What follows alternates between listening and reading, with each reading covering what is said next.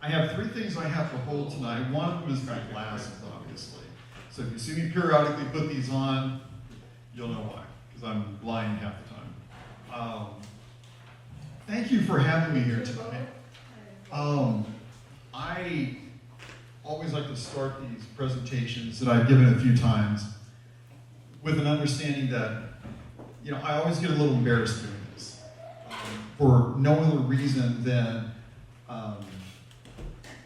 some people will look at somebody like me or anybody in my situation and think that, being descended from this somehow makes me some unique individual or, wonderful human being or something.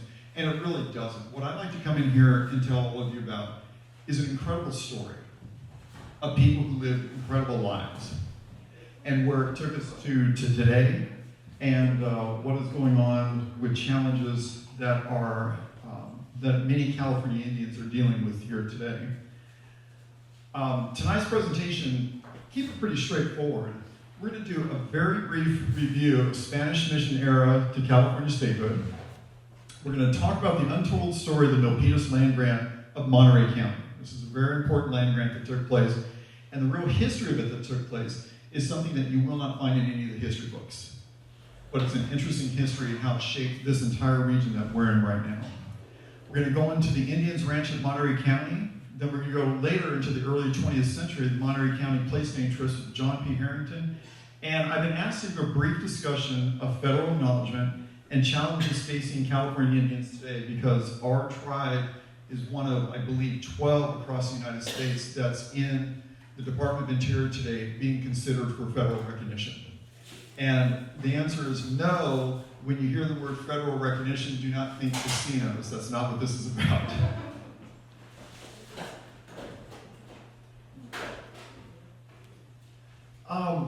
Want to do a quick brief overview, and this is kind of embarrassing to do it with you, of all people, considering you're the San Antonio Valley Historical Association, because I'm sure you guys know all of this, but I will briefly go through this. And by the way, just as a side note, if you find any spelling errors, grammatical errors on any of these slides, don't bring it to my attention because I will curse you and my ancestors will curse you. With cold mashed potatoes come Thanksgiving. Which brings up an interesting point.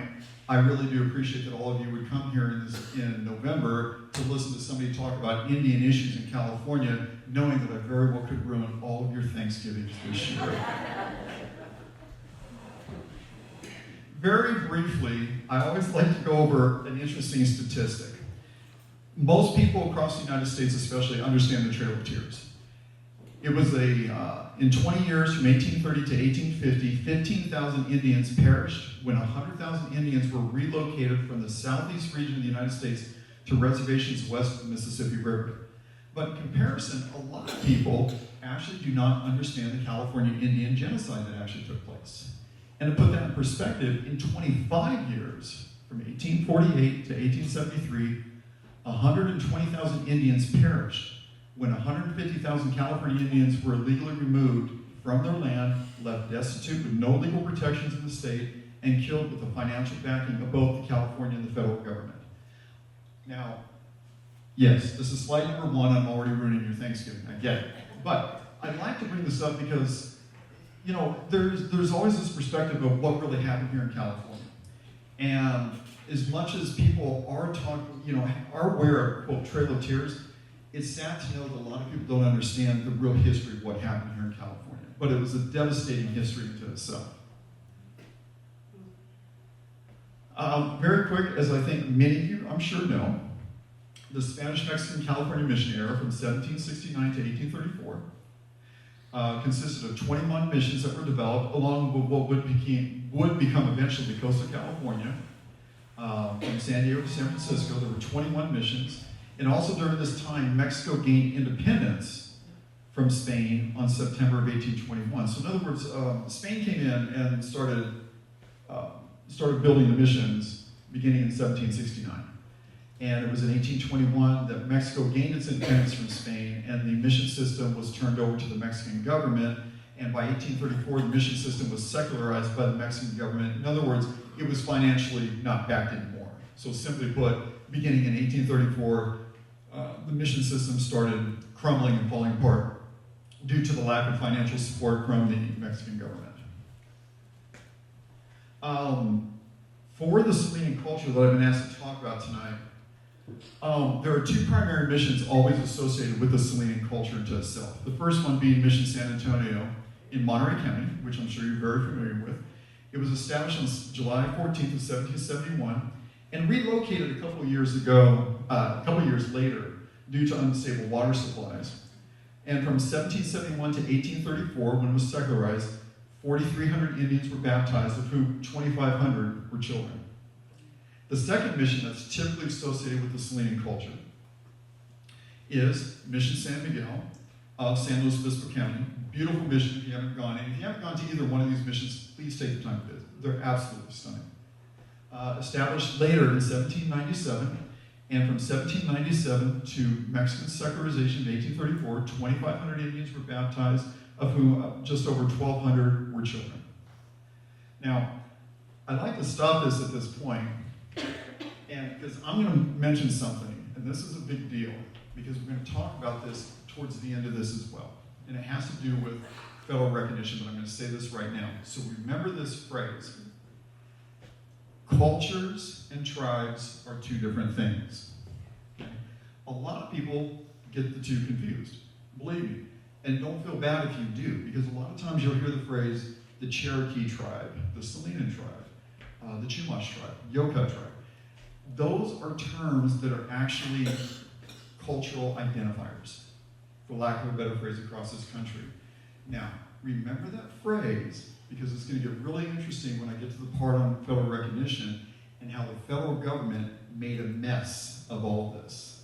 So just remember that phrase. During the mission era primarily, beginning of the mission era, from 1822 to 1846, there were many grants that were granted throughout California. After gaining independence, the Mexican government began to divide land in what's called land grants, ranchos.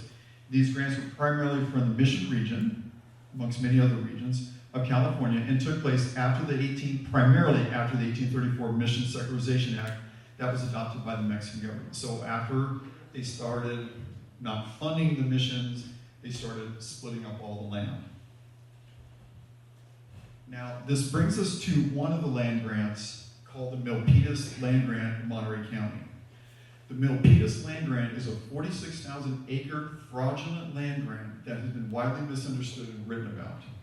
It's been erroneously stated that this was a simple land grant to an Indian named Ignacio Pastor, who later deeded the grant to Faxon D. Atherton, or a variance of that story. It has also been stated that this land grant increased in size from about 8,000 or 9,000 acres to roughly 46,000 acres due to some type of clerical error. There was a misunderstanding, something wasn't transcribed correctly and whatnot. And if you read most every booklet or form or Google this on the internet, you will see this written over and over and over, this story. This was a land grant that went to an Indian. Something kind of happened with the paperwork. It went to Faxon Atherton's family, and there you go, but it just kind of got weird. Okay. And you will see that story in government documents, you will see it in history books, and you will see it spoken about. I'm here to tell you tonight that is not what happened. I'm going to get something really quick because I've got to show this to you.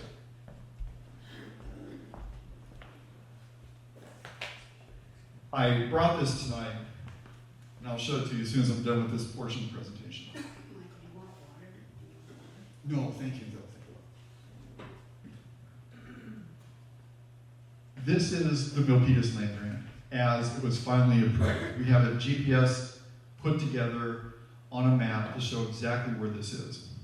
Now, what you're seeing up here on this map in the upper left-hand corner was the approximate original area of where the land grant was supposed to be, supposedly. The actual land grant grew in size to what you're seeing here today.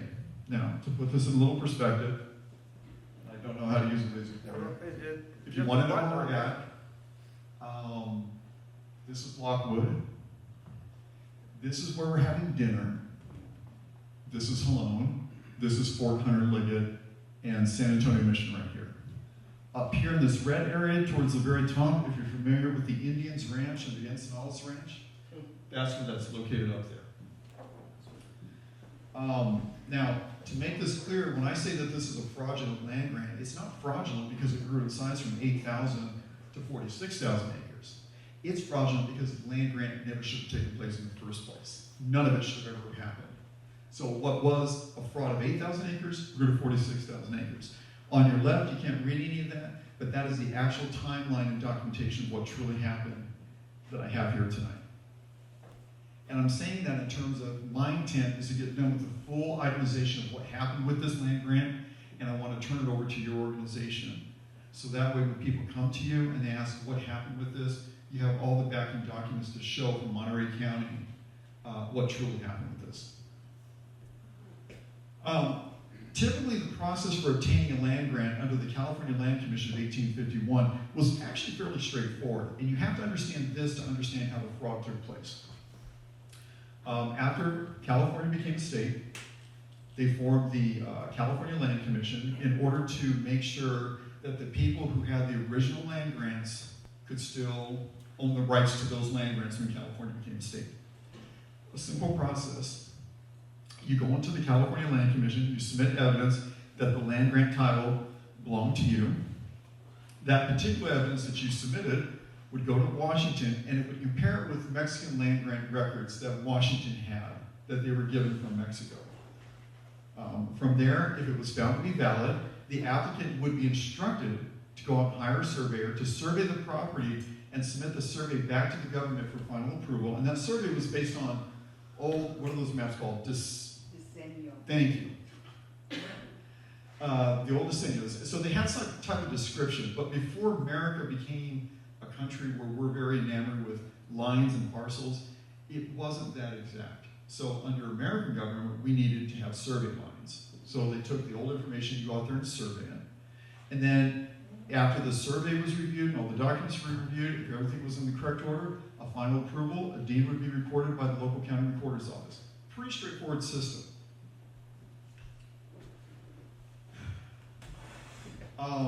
Simply put, the application process, and I'm going to do this pretty quickly. In April 1852, the application was submitted by Jose Pico on behalf of Indian Ignacio Pastor. Those original documents were found to be fraudulent in the first place. So it was a fraudulent grant from the very first go. By December 1853, the application was approved by the California Land Commission for reasons that we don't know. March of 1854, Ignacio Pastor sells the approval, quote, to Pico, which is interesting because those documents in itself were found to later be forged by the Department of Interior. So this entire transaction you're seeing here never happened. In August of 1855, under those fraudulent documents, the U.S. District Attorney filed a lawsuit to overturn the original approval. And in fact, by December of 1856, Judge Isaac Oger of the U.S. Court agrees and overturns the Milpitas land grant application, says this is a fraudulent land grant. This should never have happened in the first place. Over the next couple of years, from 1857 to 59, an attorney named Juan Luco, who has a desperately terrible reputation with land fraud for land grants, came in and acquired all the Milpitas land grant property, and magically, a year later, in 1860, Judge Oger reverses himself with no other statement and finally approves the Milpitas land grant. Now, suffice to say, Juan Luco, historically, is not the most trustworthy individual in the world. He was very well known for pushing through projects and getting them bought off. Now, during the survey, when he was told we're going to go survey this, it was in 1866 that the surveyor George Millard generated a survey of the Milpitas land grant and comes back and says, hey, now we got approval, here's 46,000 acres. Well, the U.S. surveyor in 1870 came back, Sherman Day, and says, well, this is baloney. Well, he doesn't say that, but he says it contains 4 times too much land and rejects the survey. Beginning in 1872, Atherton begins acquiring all the Milpitas property, all 46,000 acres of it. In 1873, James Stratton, a man named James Stratton, replaced Sherman Day, and Samuel Burdett was replaced by Willis Drummond. Now, Sherman Day and Willis Drummond where the land surveyors and from what is now known as the Bureau of Land Management were in charge of those two government organizations that would approve that. Sherman Day and Willis Drummond rejected all this, but James Stratton and Samuel Burdett, who replaced these people in 1873, signed off on it. So by 1875, the Milpitas grant was approved by Stratton and Burdett. In 1875, a month later, Atherton files a 46,000 acre grant with Monterey County, and a couple months later, Eusebio and Salinas, the Salinas Ranch, the Indians Ranch, ended up having to sign a lease for property at the tip of the Milpitas land grant. That purple arrow is pointing to, that was it, if you know where the Indians Ranch is at. So that's how they got relocated out there. Now, Stratton ends up resigning in March of '76, and right after he resigns his office, he gets a $1 quitclaim from Atherton Estate in 1879. What he received during that quitclaim, we don't know. There was no records of that, but we did locate those records up in San Francisco. And then in 1878, Luco files a suit against Atherton for 1/6 of the grant because we found out that actually Juan Luco was paid to acquire all this property for Atherton. And they got in a fight later saying, hey, you owe me 1/6 of this land grant. So we know the financial deal that was made with all of this. A couple of years later, the U.S. Supreme Court ruled that this was, quote, founded in forgery and was otherwise illegal, should never have taken place, but unfortunately, it should have taken place within 5 years when they filed the challenge to this, when the attorney John Cogman filed a challenge to the Milpitas land grant on behalf of all the property owners who lost everything. A couple of years later, in 1882, Eusebio and Salinas of the Indians Ranch is forced to purchase 100 acres from the Atherton estate for $450. This area, along with future land acquired under the 1862 Homestead Act, would now be known today as the Indians Ranch. That's how the Indians Ranch ended up out there 10 miles northwest, northwest of the San Antonio Mission. It was because of land fraud. So it's a story that's never told, but that's how that happened. And as like I said, when I get done with all the documentation on this, I'm going to put it all together and so you guys can have it for all of your files. This is where the United States Department of Interior came in 1886, and they wrote a section on the Milpitas land grant. It was, quote, fraudulent in the annual report to the Commissioner of the General Land Office. It constituted a theft of over 46,000 acres of property spanning 10 miles northwest of San Antonio Mission, all the way down to Holland. That's how bad this was, but there was nothing anybody could do about it, and everybody lost all their money out there. Now, that led to the Indians Ranch in Monterey County. So this, if you haven't been out there, this is what it is. It's located 10 miles northwest of the San Antonio Mission, just off Indian Road, known today as Del Venturi Road. The location of this ranch was a result of the Milpitas land grant, as the Indians were forced to relocate to other areas away from the San Antonio Mission, and primarily known as a location where the Encinalas family of Indians resided during the late 1800s. It was home to well over 50 Salinan Indians and upward to 100 Salinan Indians in that immediate region. Now, a little story on this. What you're seeing up here in the upper left-hand picture, right up in here, what you're seeing there, you might be thinking to yourself, wow, this doesn't look like an adobe, it looks like a house. Well, what happened with that is that the original adobe is actually inside of that house. The land ended up being bought by a couple of investors in the late 1920s, early 1930s that built what became known as the Sportsman's Club up there. So what they did with the property in the adobe is they ended up building a house around it. Now, as sad as that might be, by this happening, it actually preserved the adobe on the inside all these years, because a lot of the adobes that were built back then are now gone. They've been perished. The Dedini family is one of the families that ended up investing in this years ago in the late 1920s, early 1930s. They have kindly given me the ability to go through all of their old photographs and family photographs and pull out all the photographs in the 1920s and 30s and take a look at all this and to show what they had up there at the time. And it's just absolutely beautiful. Also during this time of the Indians Ranch, I'm sorry? Okay. During this time, from about 1860 to 1920, It was located as it was known as the Indians. The Encinadas family that was up there at the time, along with their immediate family of Indians, the Bailons and Moors, played a very important part of preserving the traditions and heritage of the area. What you're seeing here today, what you're seeing up here, in this map up here, this is at the tip of the Milpitas land grant. These parcels represent six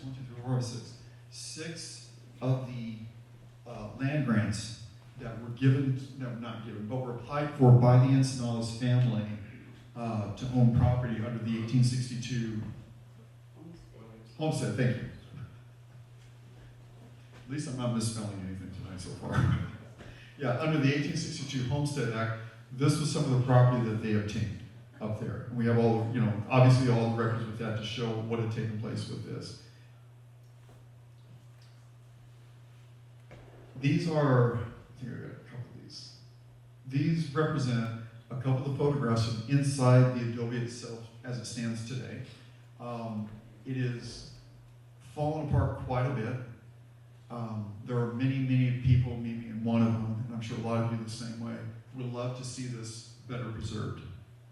But there was, by building the structure around it, it truly did help preserve this over the years. But that is what's left of a lot of that particular adobe that's up there right now. Now, after we get through that era that took place here, an ethnologist named John Harrington, who traveled all throughout North America and through South America, he was obsessed with preserving Indian languages. And one of the groups of Indians and cultures that he was preserved were a lot of cultures all through California especially, but one of them was Salinan culture, very enamored with it amongst some other historians, but his records have been absolutely amazing. John Harrington and the Salinas place name trips of Monterey and San Luis Obispo County. John Harrington, on the left over here, from the early 1910s to the 1930s, Harrington met with many Salinan Indians to record much of their language, culture, and native place names in and around Monterey and San Luis Obispo counties. His Salinan records alone today represent well over 4,000 pages of handwritten notes, almost 400 photographs, and hours of audio recordings. Linguist and ethnologist who specialized, he was a linguist and ethnologist who specialized in preserving linguistic cultures throughout North America and South America during the early 20th century. His work on files today represents over 700 linear feet of records stored at the National Anthropological Archives in Washington, D.C. Isn't it the same guy for Santa Barbara? Same guy from Santa Barbara. This John Harrington also did this work in Santa Barbara. Yes, he did. Yes, I'm sorry. Yes, you are correct. Yeah, yeah. All throughout California, he was very well traveled throughout California. I know all throughout North America as well, and somewhat through South America. But his work, yeah, he was the one down there in Santa Barbara.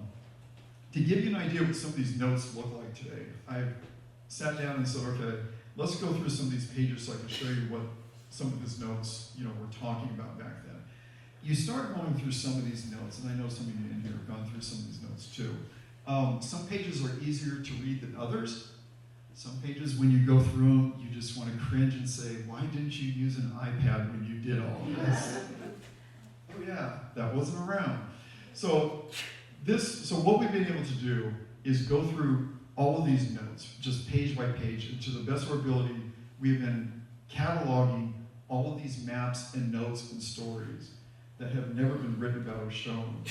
And for example, this one was one of his maps that he drew. Now, this particular trip over here represented, to show you where this is at, this is Fort Hunter Liggett, San Antonio Mission, and these are the roads and the San Antonio, what is this?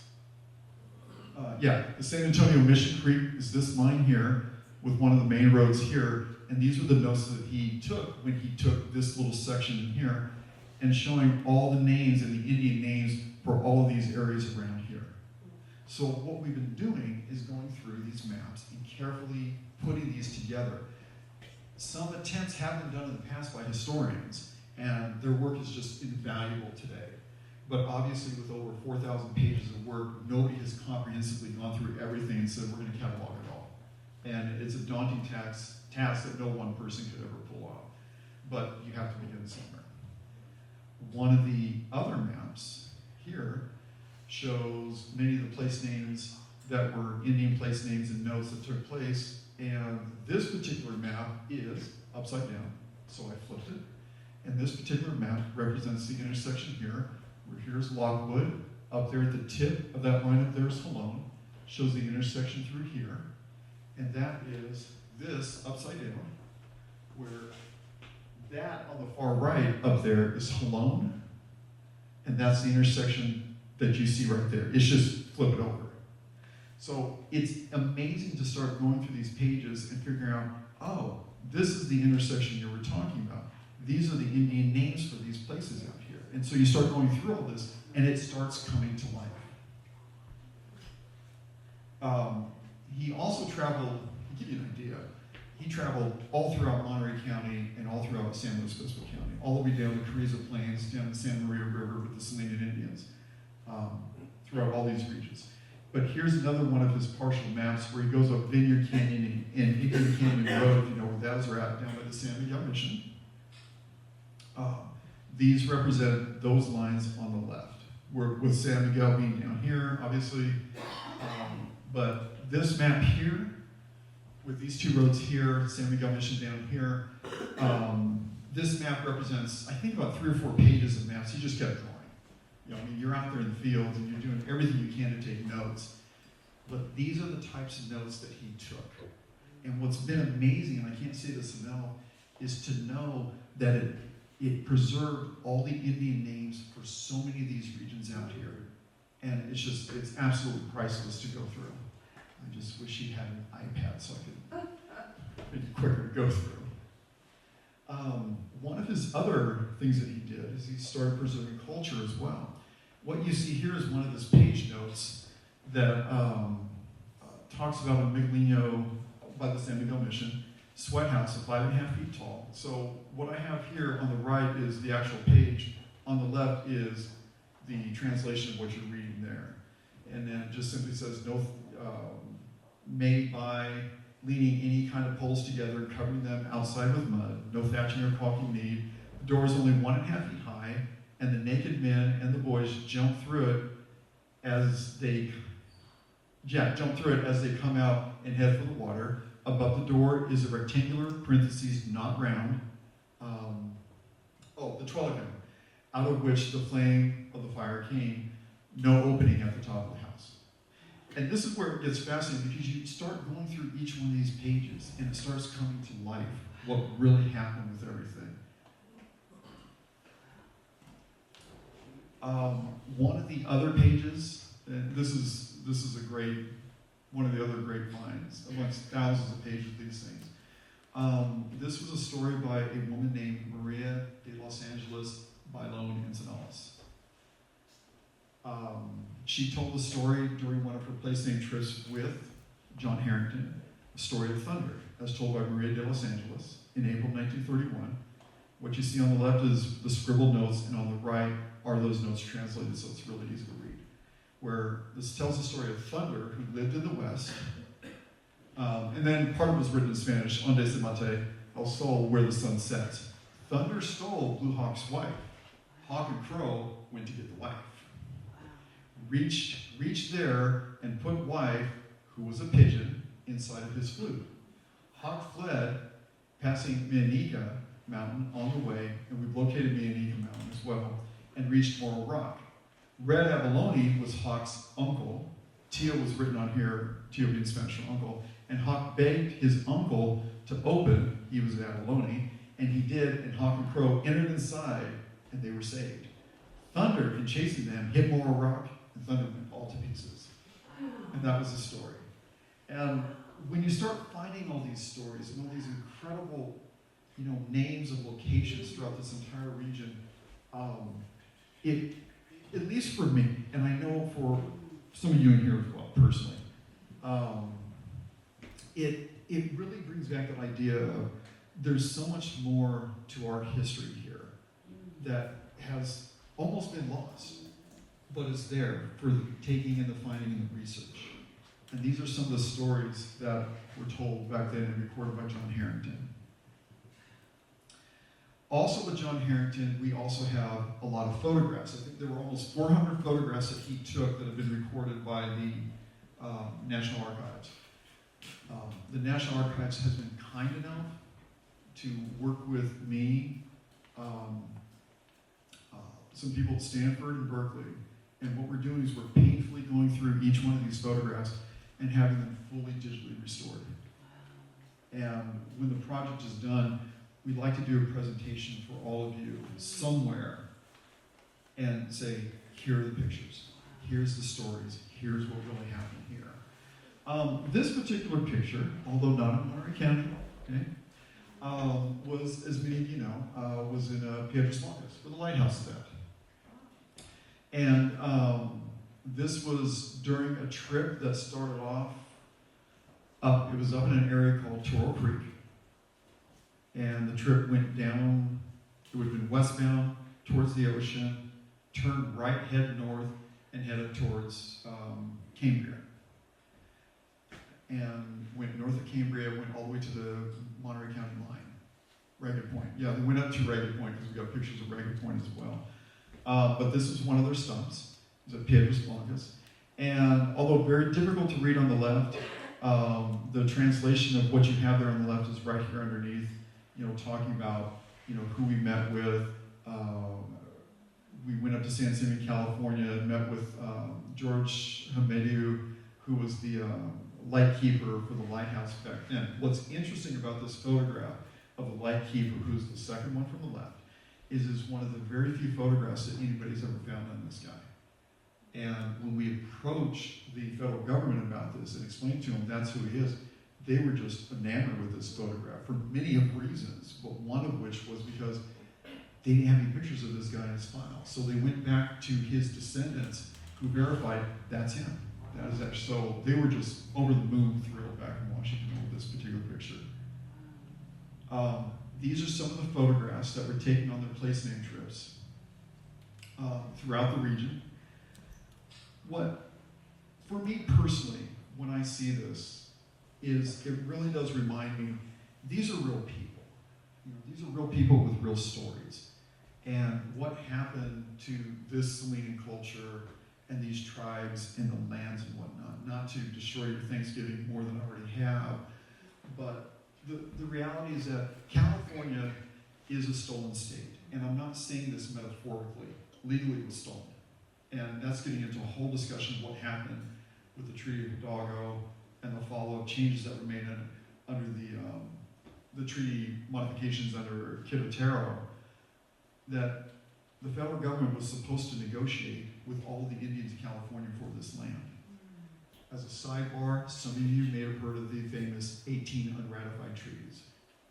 The 18 unratified treaties of California, Google it anytime, it'll come up on your screen.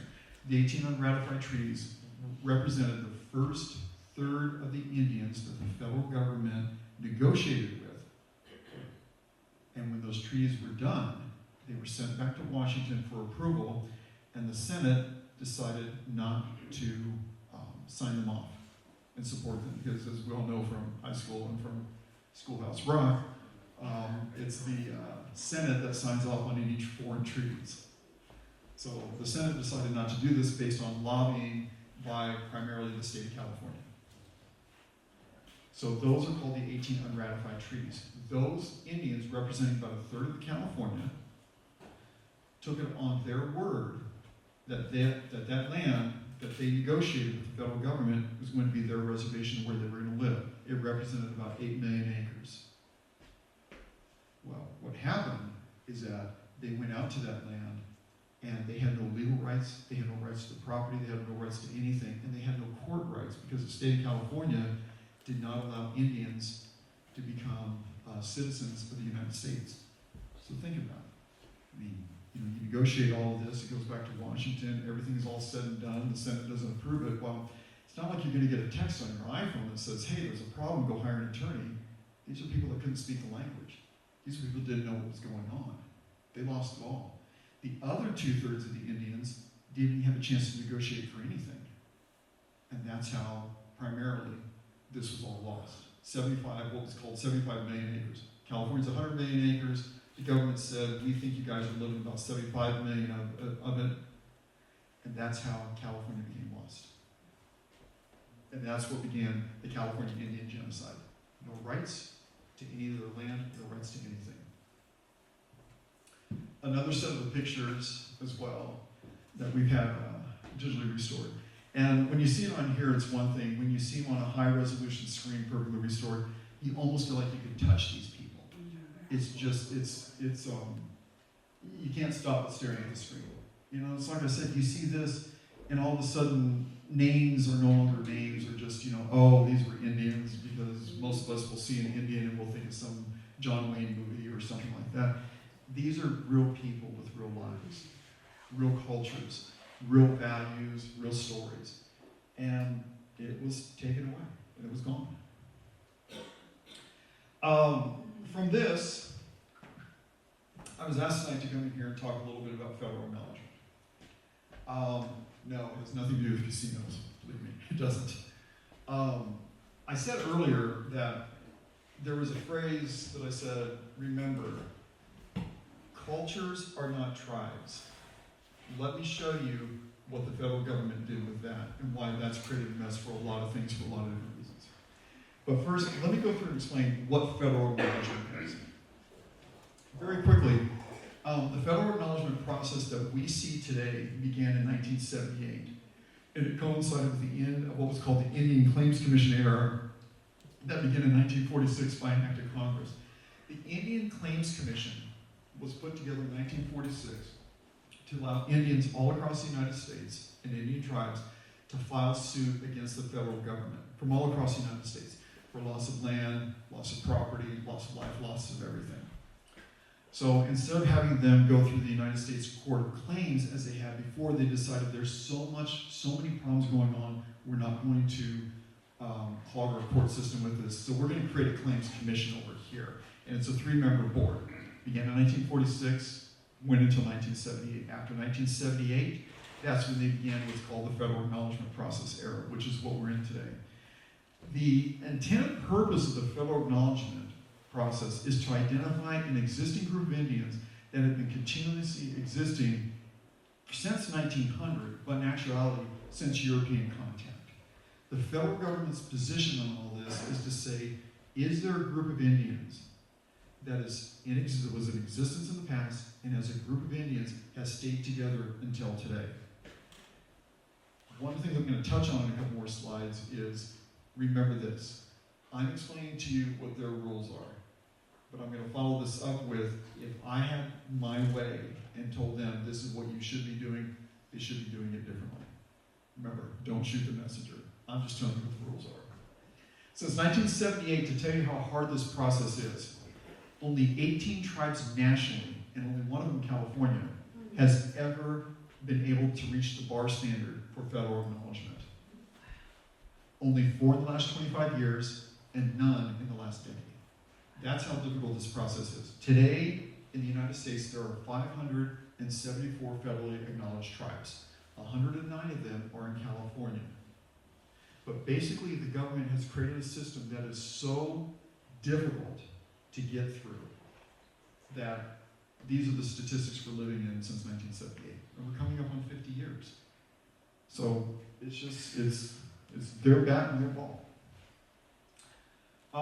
The federal acknowledgement process requires the applicant to meet 7 basic criteria. Simply put, A through G. Contemporaneous, you have been identified as a tribal group since 1900. You have been identified as a community since 1900. You have political authority over the group since 1900. And then D, E, F, and G are more the mechanics of the application, which is you provide governing documents for your group, evidence of genealogical descent, so you have a good genealogy report. You have a unique membership of people. And G, which means that your tribe has not been terminated in the past due to congressional termination. The application of the Salinas tribe, Monterey counties, the application itself is 392 pages long, not including the thousands of pages of supporting documents. Digital files were required to put in there. This was a chore to put this together. That was beyond anything I've ever seen before.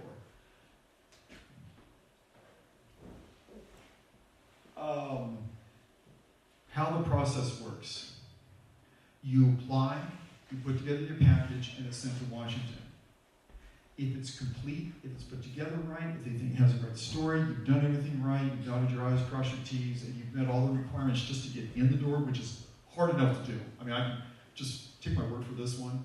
It is a tremendous bar to get over, just to have them say, oh, all right, we'll look at this.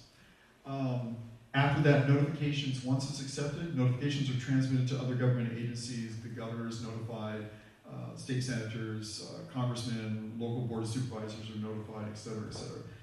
It goes through a 120-day public comment period. After the 120 days of public comments, the group itself has 90 days to respond to those public comments. At that point, we are put in a holding pattern to wait to go into active consideration. That's where we are at right now. With the government shutdown, it's not going anywhere anytime soon. But we are at that point. Now, I do know that there are, like I said, I think it's either 12 or 13 at this point, that are in this process line right now. We have one other group in front of us right now, and they're only like a week and a half in front of us. And actually, I think we might have leapfrogged in front of them because we got our responses back quicker than they did. But at any rate, they're out of Kentucky. I can't remember the name, but it's a very unique name in itself. But I've been in close contact with them, and we talk back and forth all the time. Hey, have you heard anything? Have you heard anything? No, I haven't heard anything. So that's where we're at right now. But once you get into what's called active consideration, they go through 2 technical assistants. The first one is aptly called Technical Assistance 1, and that is a review of sections D, E, F, and G, which is basically the mechanics of your application. Make sure your mechanics are right. If you go through that and they find that your mechanics are right and everything else is correct and everything is in proper order with your lines and everything, then they say, okay, that looks fine, now we're going to go to TA2, which is the primary evidence, reviewing of sections A, B, and C. After those 2 sections are gone through with assistance, then they come up with what's called proposed findings. And then after that, if they, you have the chance to respond to those proposed findings, and then you go through a final determination through Assistant Secretary of Indian Affairs. Like I said before, I know that I have numerous people in our group that we've talked about, and I've talked to. I tend to look at federal recognition from the point of, we discovered so much incredible information in history about this area, even outside the Indian issue and everything else. But this application itself has preserved a tremendous volume of history of this entire region. To me, that was really, at the heart of it, one of the biggest goals of them all, because so much of this can be lost to history. Where the federal government goes with our application, I don't know.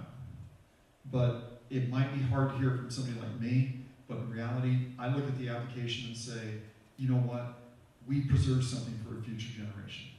We have thousands of documents now. We have things that nobody even knew about, the history books didn't know about, all of that, and it's preserved for future generations.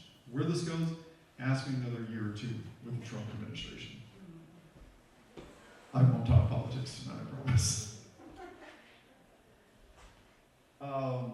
Common misunderstandings of federal acknowledgement. Now this is interesting. And this is where I really blame the federal government for this.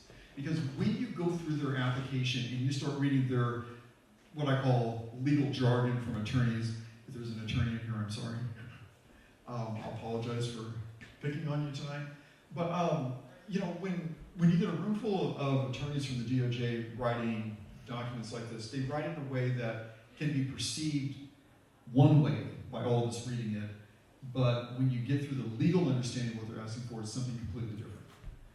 One of my favorite ones was, I think it was in section 2, you have to demonstrate political influence over your group. That phrase, political influence, probably to the person on the street and to most people, when you hear political influence, you think, oh, every night we go home and we talk politics about Measure A or bond measure whatever, or I'm going to vote Democrat or Republican or Green or whatever. But that's not political influence to the federal government. But unfortunately, sometimes when you hear a phrase like this, and the entire application is full of phrases like this, that to the person on the street means one thing. But what they're really asking for is something completely different. And that can make it hard, because you're trying desperately to put something together on, for all of these groups, are shoestring budgets. One of the other problems we ran into, draft cards. Back in the middle of the 20th century, a lot of people who use their draft cards, you think to yourself, well, on all these draft cards, they said Indian, identified as an Indian, on and on and on, but the federal government has come back and said, no, we don't use those because that's you identifying yourself as an Indian, and that's not somebody else identifying you as an Indian. You just stated you're Indian. So we don't care about that. Okay? Use of, and this is a little insider baseball, use of the 1928 California Jurisdictional Act rules, the 1955 revised rules, and the 1972 California Indian Judgment rules cannot be used as evidence. Now, let me backtrack and tell you what those are if you don't know. After the 18 unratified treaties, it took about 50 years, and in the early 1900s, those 18 unratified treaties finally came to light. When those came to light, there was outrage by a lot of constituents, especially in California, and a lot of civic groups.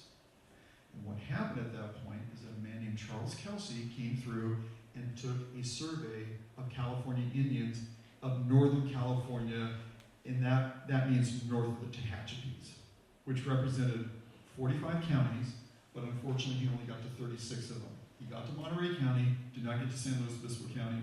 Don't ask me to tell you what the other 8 that he didn't get to. But we haven't charted out.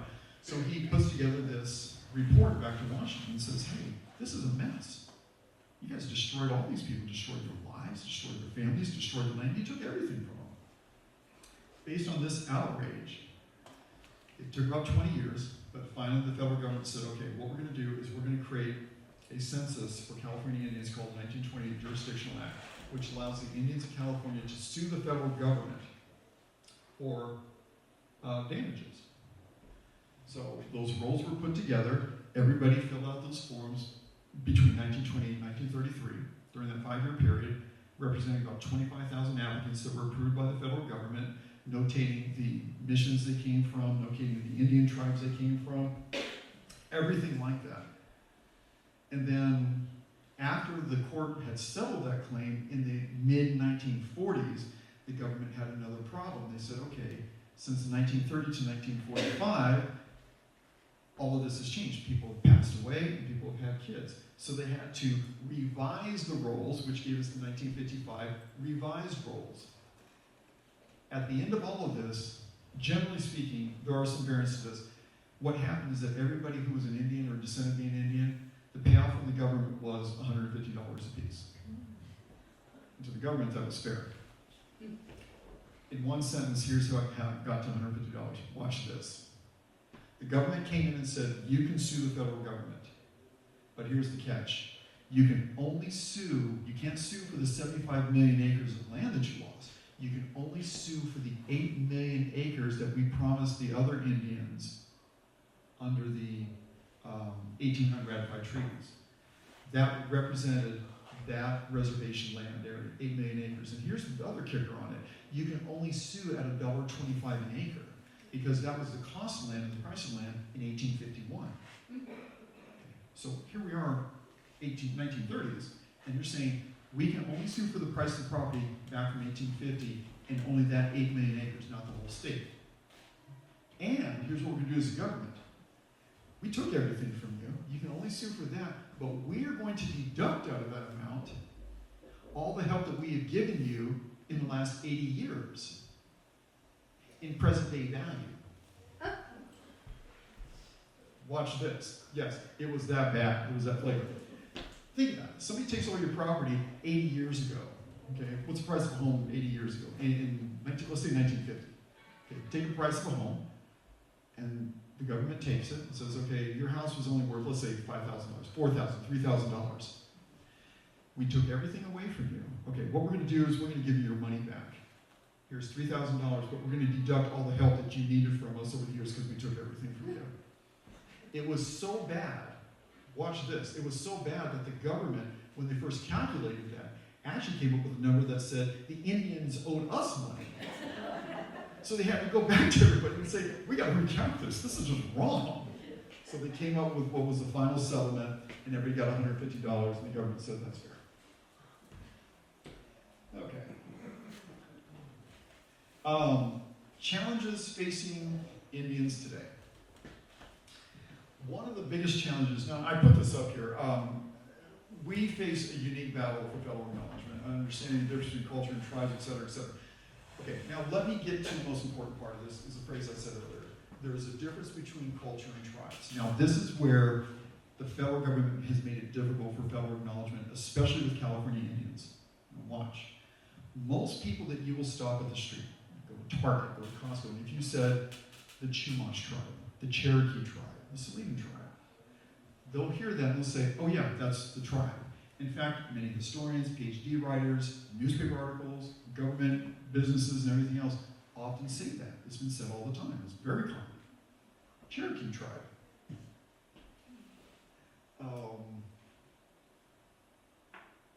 But let me show you the problem with that. The federal government, who's now saying that, the precarious situation that it puts all of us in is that for many, many years, 100 years, throughout the 20th century, they're going back to us and saying, okay, show us that you're a tribal organization that has been in consistent existence. And we go back and we say, well, sure. We've got all these PhD writers. We've got people who've written on this. I mean, Salinas, Chumash, Yokuts. Sure, we have plenty of evidence of this. The federal government's coming back now and saying, no. All those documents over there, oh no, that's a culture, that's not your tribe. So what do you mean? You know, we spent all this time, even on your own documents for the federal government, you've said this. Oh no, we've never said that. And I come back to them and said, no, let's take a look at some real good examples from the federal government. Back in 1877, we know that the PAL map, what's called the PAL map, in the Department of Interior, this is a map showing the distribution. Department of Interior, not my words, this is their maps that I've sent to them and said, your map shows, a quote, map showing the distribution of Indian tribes of California to illustrate a report of Stephen Powers in 1877 to the Department of Interior. This map shows the Department of Interior broke us down and used all these cultural identifiers as tribes on their own maps to the Department of Interior. They broke us down this way. They told us this is who we are, as tribes. The federal government came in 1952, during the beginning of the Indian Termination Era, and sat there and curated a report called the Distribution, and in this report, which was the House resolution authorizing the Committee of the Interior, Department of Interior, to conduct an investigation of the Bureau of Indian Affairs. This report was done on December 15th of 1952, was submitted to them, and in this report, one of many that we can pull up, to sit there and say, this is what you called us. All across the United States, they did a distribution of Indian tribes by states and counties based on 1930 data. And in their own reports, they said, Monterey County, San Luis Obispo County. The tribes that we are, Salinas tribes. Santa Barbara County, Santa Barbara County, Chumash. Ventura County, Chumash. Santa Clara County, Costa. They use these names to identify tribes that they're telling us today, you can't use that. We played by their rules. We simply did what they told us to do. We simply lived in the categories that you said we were. And they're saying today, this doesn't work. Now here's what's interesting. We get down to the 1968 rolls, the judgment rolls, and I put mine up here personally. The rolls of, this was from the Indian Claims Commission. And what this was, is that the Indians of California got together in the 1960s and said, hey, that $150 doesn't work. So there was a lawsuit that took place against the Indian Claims Commission. That's a whole different discussion to itself. But at the end of the day, what we had to do is we had to fill out a 2-page form. Now this form was filled out in 1969. I was a year old. So this was filled out for me, for my mother. This is a copy of her original documentation. The 2 pages on the left was the forms that we were asked to fill out. We filled them out.